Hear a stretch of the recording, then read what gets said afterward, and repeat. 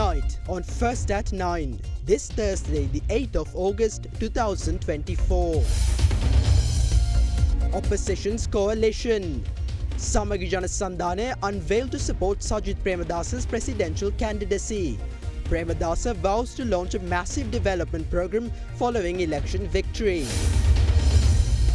Election concerns. Election watchdogs note a rise in election law violations.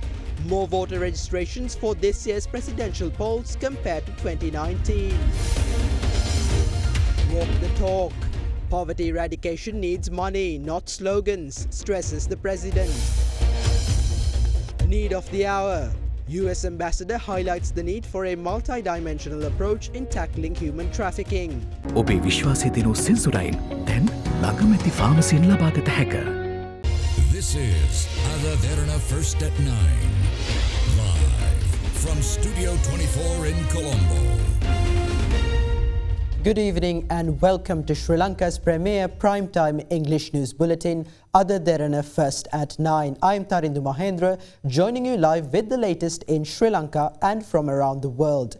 Now in your top story this evening, Samagi Jana Balawege-led Samagi Jana Sandhane was unveiled today to support the candidacy of opposition leader Sajith Premadasa at the upcoming presidential election. Addressing the event, the opposition leader vowed to launch a massive development program following his election to office on the 22nd of September.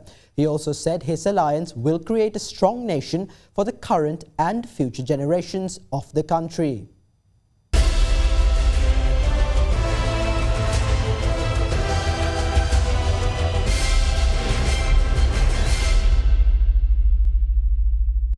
The unveiling event of the Samagi Jana Balawege-led Samagi Jana Sandhane, which aims to make their presidential candidate Sajith Premadasa victorious in the upcoming presidential election, was held this morning at the Sugatadasa Stadium in Colombo. Members of the Sri Lanka Muslim Congress, the Tamil Progressive Alliance, the Freedom People's Congress and other members supporting Premadasa's candidacy placed their signatures pledging their support for the alliance. During the event, the policy framework that was prepared by professionals and intellectuals affiliated with the Samagi Jana Balawege was presented to the opposition leader.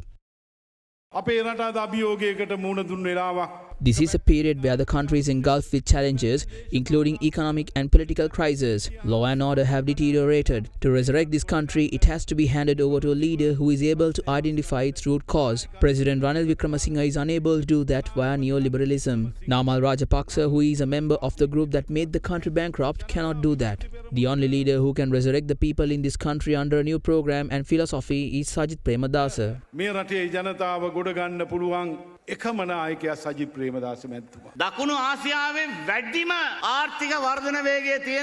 Hasina, who was the leader of Bangladesh, which had the fastest economic growth rate in South Asia, was ousted by the people. It is true that Sheikh Hasina is an experienced leader. However, she had to experience this due to her autocratic ruling system in the recent past, which suppressed democracy. This is a good lesson for our leaders in the present. The next president of Sri Lanka is elected from the votes cast by the Muslims and Tamils and the people representing North, South, East, West and the estate community. He is none other than Sajith Premadasa. A leader whom we can call our president will emerge victorious on the 21st of September. We have to set an example for this country. If we also continue in the same way, our 10 years in office will be short. The government highlights themselves as saviors who resurrect the country. The truth is that poverty has doubled over the past 2 years. Malnutrition among children is 27%. 500,000 children have dropped out of school. 900,000 people have lost their modes of employment. They have to change this situation. Samagi Jana Bala Sandhane රටේ ජනතාවගේ දුක කඳුල වේදනාව තේරෙන සන්ධානය පමණක් නොවේ. Samagi Jana Bala Sandhane feels the pain and suffering that the people are experiencing. It is the alliance that provides solutions to the issues of the public by moving away from the corrupt political culture. Let's work together to create a strong nation for the current and future generations of the country. I congratulate those who joined us today for a country-first approach by setting aside their personal political agendas. This is only the first step in the collective journey towards building this nation. On the 22nd of September, we will launch our massive development program. Samagi Jana Janabalawegaya and Samagi Janabala Sandhana will end the nepotism that prevailed in this country. සමගි ජන බලවේගයේ සමගි ජන සන්ධානය නැවතීමේ ලකුණු තබනවයි කියන එක මේ අවස්ථාවේ ප්‍රකාශ කරමින් Horizon Campus 2024 Intake 2. Register now. Meanwhile, leader of the National People's Power, Anura Kumara Dissanayake, emphasised that the new alliance formed by Samagi Jana Balawegaya does not pose a challenge to the National People's Power. He made this statement while speaking to the media after a discussion with representatives from the Unemployed Graduates Association. A meeting was held this evening between representatives of the Unemployed Graduates Association and the leader of the National People's Power, Anura Kumara Dissanayake. දැන් අද පුළුල් සන්දානයක් අපි දැක්ක ගොඩනගනවා ඒ සම්බන්ධව ඔබතුමාලට මොන වගේ අභියෝගයක් තියෙනවද මේ මෙතෙක් මේ රට විනාශයට පත් කරන ලද කණ්ඩායම් විවිධ ලේබල් ගහමින් විවිධ සන්දාන ඇති කරගන්නවා ඒවා කිසිසේත්ම අපේ දේශපාලන ගමනට අභියෝගයක් නෙවෙයි ඒ නිසා තෙලින් බැද්දත් කිරින් බැද්දත් කොබෙය ඒ නිසා මේ කට්ටිය මොන මන්දාගෙන එකතු කරගත්තත් මොන විදියට එකතු කරගත්තත් මේ නිකන් අර අල්ලන සෙල්ලම් කරන්න එක එක දවසට එක එක කණ්ඩායම් බෙදනවා වගේ එකම කණ්ඩායම විවිධ නම් වලින් බෙදීමක් තමයි මේ තිබෙන්නේ ඒ නිසා මේ කිසිසේත්ම දේශපාලන අලුත් පරිවර්තනයකට උරදීමක් හෝ මේ කිසිසේත්ම ජාතික ජන බලවේගයට අභියෝගයක් නෙවෙයි සජබේ සභාපති පොන්සේක මහත්තයා එළියේ පෝට්ටුවේ සභාපති ජී.එල්. පීරිස් ඇතුළේ ඒක ඇති වෙන වෙනස මොකක්ද ඒ නිසා මම හිතන්නේ මේ සිදුවීම් ඇති වෙන මුකුත් අධ්‍යයනය කරන්න ඕනේ මේ දේශපාලන කඳවුරු පරාජයට පත් කිරීම සඳහා ජනතාවට හිතන්න. ඒ කියන්නේ සමගි ජන බලවේගයකට අභියෝගයක් නැද්ද? අපෝයි නෑ. මොකක්ද අභියෝගයක් වෙන්නේ? නෑ මේ മന്ത്രിවරුන්ගේ ඡන්ද විතරනේ හෙට මෙහෙට වෙන්නේ. ජනතාවගේ ඡන්ද හෙට මෙහෙට වෙන්නේ නෑනේ. අපිට මතකයි පහුගිය ඔයගේ පරණ මොහොන තියෙනවනේ පාර්ලිමේන්තු ඇමතිවරු පාර්ලිමේන්තු මන්ත්‍රීවරු ඔය ජී.එල්. පීරිස් වගේ. ඔබතුමාලා ළඟටත් ආව නේද සාකච්ඡාවට? ඔය සමගි යන්න කලින්. ඔය බොහෝ අය අපේ දොරවල් වලට තට්ටු කරපු අය. හැබැයි අපි දොරට තට්ටු කරපුවම දොර ඇරලා ආයිබෝවන් කියලා ඇතුළු කර ගැනීම සඳහා තියෙන දුෂ්කරතාවයන් කියව මොකද ඉතිහාසයේ පැටිකිරිය ඒ තරම් සුදුසුනේ. හොඳ නැහැ. දැන් මේවර ජනාධිපතිවරයන්ට අලුත් තරුණ නායකයෙක් ඇවිල්ලා තියෙනවා. නාමල් රාජපක්ෂ මහත්තයා. අභියෝගයක්ද? මම හිතන්නේ නාමල්ට තියෙන අභියෝගය තමයි රාජපක්ෂ කඳවුර වැළලී අනේක යම් ප්‍රමාණයක හෝ වැලක හෝ එල්ල ගන්න පුළුවන්ද කියන නිසා අපිට ඔහුගෙන් කිසි අභියෝගයක් නැහැ. දැන් මේ ලාල්කාන්ත සහෝදරයට එල්ලලා තියෙන චෝදනාව සම්බන්ධව ඔබතුමාට තියෙනවද කියවීමක්? ඇත්තට එකක් තමයි එම ප්‍රකාශය නීති විරෝධී නම් නීති ඉටු කිරීම සඳහා තිබෙන ආයතන වෙත විධිමත්ව පරීක්ෂණ කරන්න. මේ පාරේ හරේ මේ හූ කීකේ යන්නේ නැතු. අපේ අදහස බවට පත් වී තිබෙන ප්‍රජාතන්ත්‍රවාදී ලෙස අලුත් පාර්ලිමේන්තුව තෝරාපත් කර ගැනීම සඳහා ජනතාවට අවස්ථාව දිය යුතුයි කියන මතය. Meanwhile, Minister Pavitra Vaniarachi pledged support for President Ranil Wickremesinghe for the presidential election. In a statement, the minister noted that the decision was taken at the request of the majority of Sri Lanka Podujana Peramuna supporters of Ratnapura district. With that, let's take a look at the latest developments in the political front. The country was eagerly awaiting the announcement of SLPP's candidate. No one expected SLPP to nominate a young candidate for the upcoming election. In an unexpected move, we have nominated a promising candidate and this may lead to a greater unity across the country. Most parties are currently in discussions with Mahinda Rajapaksa and will see the results at the end of the election.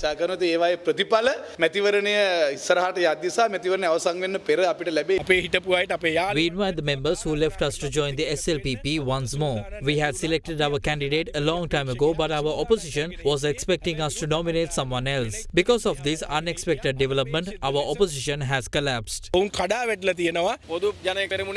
whole country said that the SLPP made a bad choice with their candidate. This decision will be a major factor for Ranil Wickremesinghe to secure all floating votes. No one can stop Ranil Wickremesinghe winning the election. මං හිතන්නේ අනිල් වික්‍රමසිංහ මැතිතුමාගේ තරඟේ තියෙන්නේ නාමල් රාජපක්ෂ මැතිතුමත් එක්ක තුන්වෙනි ස්ථානයත් හතරවෙනි ස්ථානයත් අතර. නැත්නම් පළවෙනි ස්ථානයට අභියෝගය නෙමෙයි. දෙවෙනියා වෙනකොට සජිත් එක්ක හිටපු කට්ටිය කවුද? Several parliamentarians were there to support him in the last presidential election when Sajith Premadasa secured second position. But now no one is there with him to support. So how can he even secure the second position? දෙවෙනියා වෙන එකක් දැන් සැකසහිතයි. බංගලාදේශයක් ඕනේ නම් අපි හිතන විදියට දීලා බලමු. If we vote as they request, the country will collapse again. 6.9 million voters cast their vote for the SLPP, which resulted in the country falling into crisis. Rather than going back to a crisis, let's vote for Ranil Wickremesinghe, who has international recognition and connections. Meanwhile, former parliamentarian Pakiya Selvam Ariyanethan was nominated as the common presidential candidate for Sri Lanka's Tamil community. Meanwhile, with a total of 6 candidates placing deposits with the Election Commission today and yesterday, the number of candidates who have placed deposits for this year's presidential election increases to 24. Former parliamentarian Pakiya Selvam Ariyanethan was nominated as the common presidential candidate for the Tamil community in accordance with the agreement formed between the Tamil community and Tamil political parties. Meanwhile, 4 candidates placed bonds at the Election Commission yesterday for their presidential candidacy. The 4 candidates are Pani Vijay Sirivardhana, who will contest under the Socialist Equality Party, and Anthony Victor Pereira, Muhammad Ilyas and M.M. Pemasiri, who will be contesting as independent candidates. Meanwhile, today, former parliamentarians Sidney Jayaratne and D.M. Bandaranayake placed bonds to contest the presidential election as independent candidates. With that, the number of candidates who have placed bonds to contest the presidential election increases to 24. With just 44 days remaining until the decisive presidential election, election watchdogs report that violations of election laws are evident as government resources are being used to promote a single candidate. Joining our current affairs program at Hyde Park with Indivari Amuvatta, the Executive Director of People's Action for Free and Fair Elections, Rohan Hettiarachchi, stated that over 10 instances of government resource misuse have been observed ahead of the presidential election. Additionally, the Executive Director of the Institute for Democratic Reforms and Electoral Studies, Manjula Gajanayaka, noted that over 76,000 new voters aged 18 have registered in the first 6 months of the year, alongside an increase of 1.1 million voters compared to 2019. Already we have 22 candidates. How important is this from the view of the voters and for you as election monitors? The last time we had 35 candidates, but there was no potential candidate or credible candidate other than the main 2. But in these elections, it seems there are a couple of candidates, 3, 4, maybe 5 candidates, those who can get fair number of votes. There can be a situation that nobody will get 50+1. And also this is the first elections which we are taking place with the campaign finance ceiling, because we were supposed to use this law in the previous local elections, but unfortunately we couldn't have a local election. So this elections, first time in Sri Lankan history, we are exercising this upper ceiling of the campaign finance. So, but violations, of course, is drastically increased, especially the misuse in the government resources and the government power in a large scale and well organized manner. So they have utilized largely to get the advantage one specific candidate. Actually, we need to thankful for the Elections Commission. So far, there are certain attempts to misuse the government resources. Elections Commission managed to control. The President has submit the cabinet paper to appoint 50,000 graduates very recently, just one day before the announcement of the elections. I mean, we are not against the appointment of the graduates, but during elections period, they are trying to give these 50,000 job opportunities. So the Elections Commission involved with that. And they were trying to use some of these ministries resources and organize some event for the ruling party politicians to attend. The Elections Commission managed to block that. At least so far we have seen 10-15 occasions, the cases, the real cases, the elections management has involved and they block it. In addition, now the police case also came up. I think the Elections Commissions and especially the Commissioner General also, they get engaged with the government, they get engaged with the relevant ministry, and somehow they manage to resolve the problem. In fact, we met the police today before we come here. We was little surprised. Actually, they were well prepared for the elections. Without the IGP, now all the senior DIGs, we learned that they have well prepared, but it's too early to say how it goes. But we have little confidence now. They build the confidence among us. Like to maybe have a quick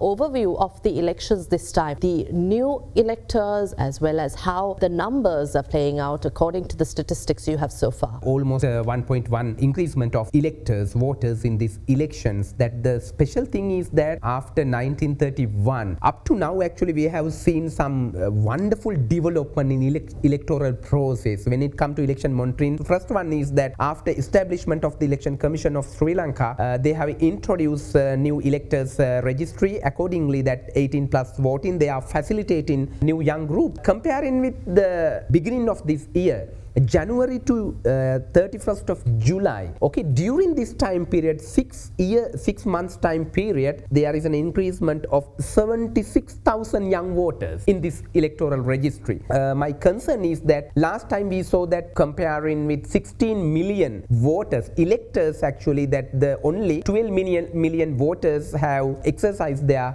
voting rights. Out of 4 million, nearly 3 million people are working in Middle East as well as in other countries, maybe 600,000 people, as well as other 400,000 people are working in various sectors. Actually, they also not empowered to cast their votes. But in these elections, we saw that some trends related to this. Due to all developments, actually, we can say this election can be a decisive election. Star dishwasher Dali Hell Indul Pahasuwen Sede. Star dishwasher magic tub එක.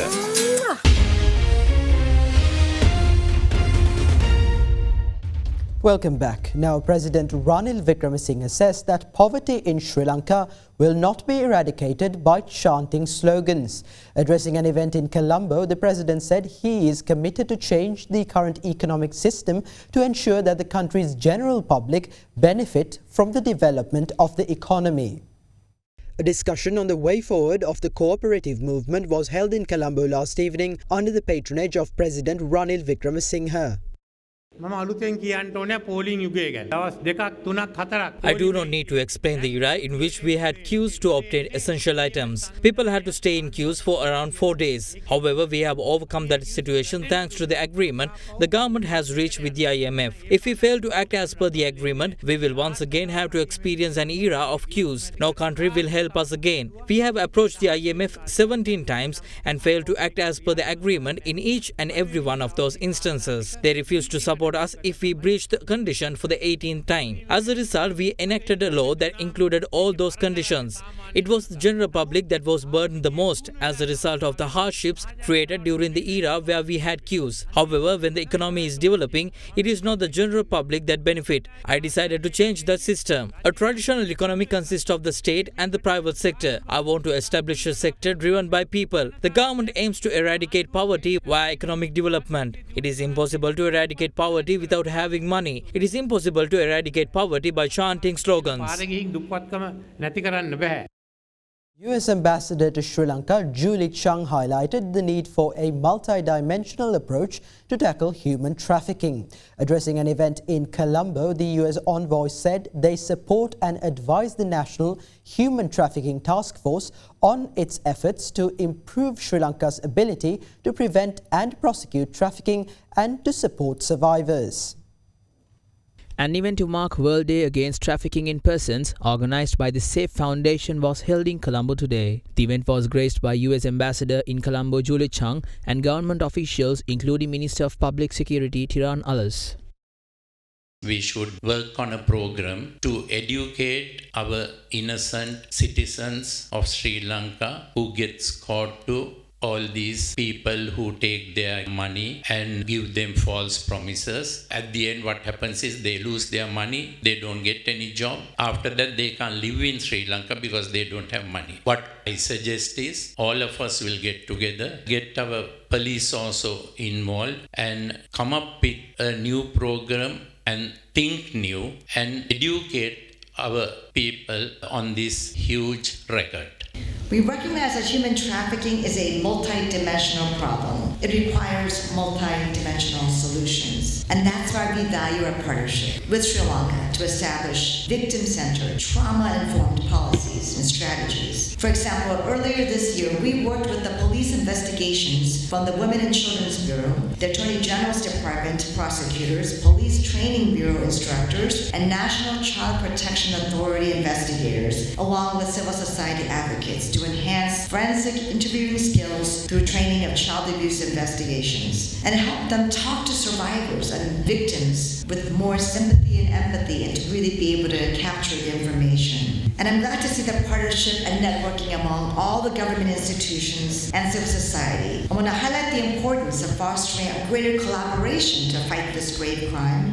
We're proud to support and advise a national anti-human trafficking task force on its efforts to improve Sri Lanka's ability to prevent and prosecute, especially prosecute trafficking, and to support survivors. The the United States recognizes the significant efforts that the government has been taking. These include increasing convictions for labor traffickers, canceling licenses, and blacklisting more recruitment agencies potentially involved in trafficking. The government also provided assistance to a great number of migrant workers and Sri Lankan diplomatic missions abroad, which is a welcome step. The USAID Assistant Administrator for the Bureau for Asia, Michael Schiffer, visited a small-scale footwear manufacturing plant in Hambantota today. During the visit, the delegation led by Schiffer observed the manufacturing processes at DCK Footwear, a company supported by USAID. A delegation led by Michael Schiffer, the USAID Assistant Administrator for the Bureau for Asia, visited DCK Footwear in Angunukala Palassa, Hambantota today. Schiffer expressed his commitment to supporting more women-led businesses in the country through USAID's initiatives, stating that he hopes to see them thrive and contribute to the nation's prosperity in the future. I'm visiting Disna and her footwear business in southern Sri Lanka. Disna received training supported by the United States Agency for International Development to run her business. I always look forward to visiting local businesses like Disna's to see firsthand how the American people's support is helping to expand small businesses, to empower women entrepreneurs, and to provide access to new markets and increase revenue. And the multiplier effect is noteworthy. Disna has employed more than 20 people in her village, mostly women who work with her and in fact are contributing to economic growth in the region. As a development partner working in Sri Lanka for over 60 years, this is what we want to be able to see more of. The Supreme Court dismissed the petitions filed by former DIG Vas Gunawardena, his son Ravindu Gunawardena and 4 others who were found guilty of abducting and murdering a businessman in 2013. When the matter was taken up before the 5-member judge bench comprising Justices Vijit Malalgoda, Preeti Padman Surasena, Gamini Amarasekara, Achala Vengapuli and Arjuna Obesekara today, the bench ordered that the verdict delivered by the Colombo High Court trial at bar be upheld. On the 27th of November 2015, Vas Gunawardena, his son Ravindu Gunawardena and 4 others were sentenced to death by the Colombo High Court trial at bar over the murder of a businessman named Mohammed Shyam in 2013. In addition to the death sentence, Gunawardena was also given 10 years of rigorous imprisonment and a fine of 10,000 rupees. The other 5 accused sentenced to death were also ordered to serve 5-year jail terms and imposed a fine of 5,000 rupees each.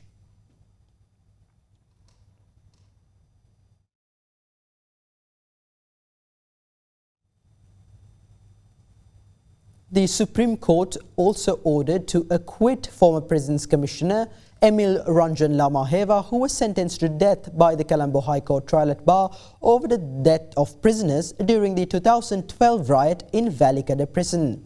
The decision was delivered today by a panel of 5 justices of the Supreme Court after accepting an appeal filed on behalf of Lamaheva against the sentence. The Colombo High Court trial at bar sentenced former Prisons Commissioner Emil Ranjan Lamaheva over the Valikada prison riot in 2012 to death while acquitting the first defendant in the case, former Inspector of Police of the Police Narcotics Bureau, Neomal Rangajiva, from all charges in the case.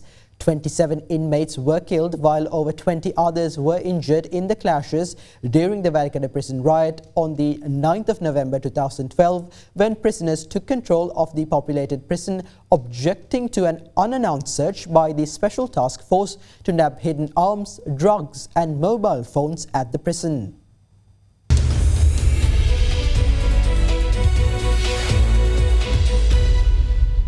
Welcome back. The Colombo Bourse closed in red today as a result of price losses in counters such as Hatton National Bank, Richard Pearis & Company and National Development Bank, with turnover crossing 629 million rupees. The SPI settled 0.36% lower at 11,253.89 points, while the S&P Sri Lanka 20 edged down by 0.43% to 3,210.17 points. Trading volume on the index rose to 18.7 million shares from 13.4 million in the previous session. The banking sector was the top contributor to the market turnover, while the capital goods sector came in second. Mixed interest was observed in John Keel's Holdings, Haley's Fabrics and Sampath Bank, whilst retail interest was noted in Brown's Investment, Maravilla Resorts and LOLC Finance. Foreign participation in market activity remained at subdued levels, with foreigners closing as net buyers.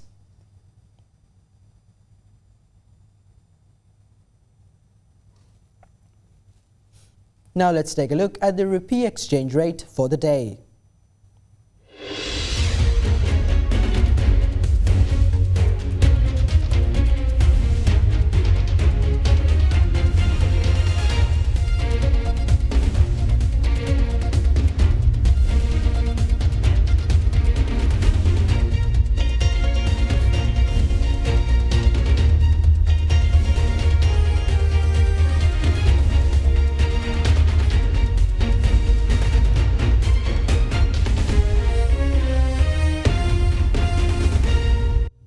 And in your international news, Nobel Peace Laureate Muhammad Yunus was sworn in today as Chief Advisor to the interim government of Bangladesh at the office of President Mohammad Shahabuddin. Yunus arrived in Dhaka from Paris a few hours earlier after student protesters backed him for the role in government tasked with holding elections for a new leader. Nobel laureate Muhammad Yunus was sworn in as chief advisor of the interim government at the official residence of President Mohammad Shahabuddin today. Yunus has declared there is a lot of work to be done in Bangladesh as he arrived in the country to take over as interim leader. His plane touched down just days after Sheikh Hasina, who ruled Bangladesh with an iron fist for 15 years, fled across the border to India. She resigned after weeks of student-led protests which left hundreds dead, escalated and culminated in calls for her to stand down. The decision to name Yunus as chief advisor of the interim government followed a meeting between President Mohammad Shahabuddin, military leaders and student leaders. The students had been clear they would not accept a military-led government but wanted Yunus to lead. Yunus, known as the Banker of the Poor, received the 2006 Nobel Peace Prize for founding a bank that pioneered the fight against poverty through small loans to needy borrowers. And with that, we wrap up tonight's edition of First at 9. Thank you for joining us and have a good night.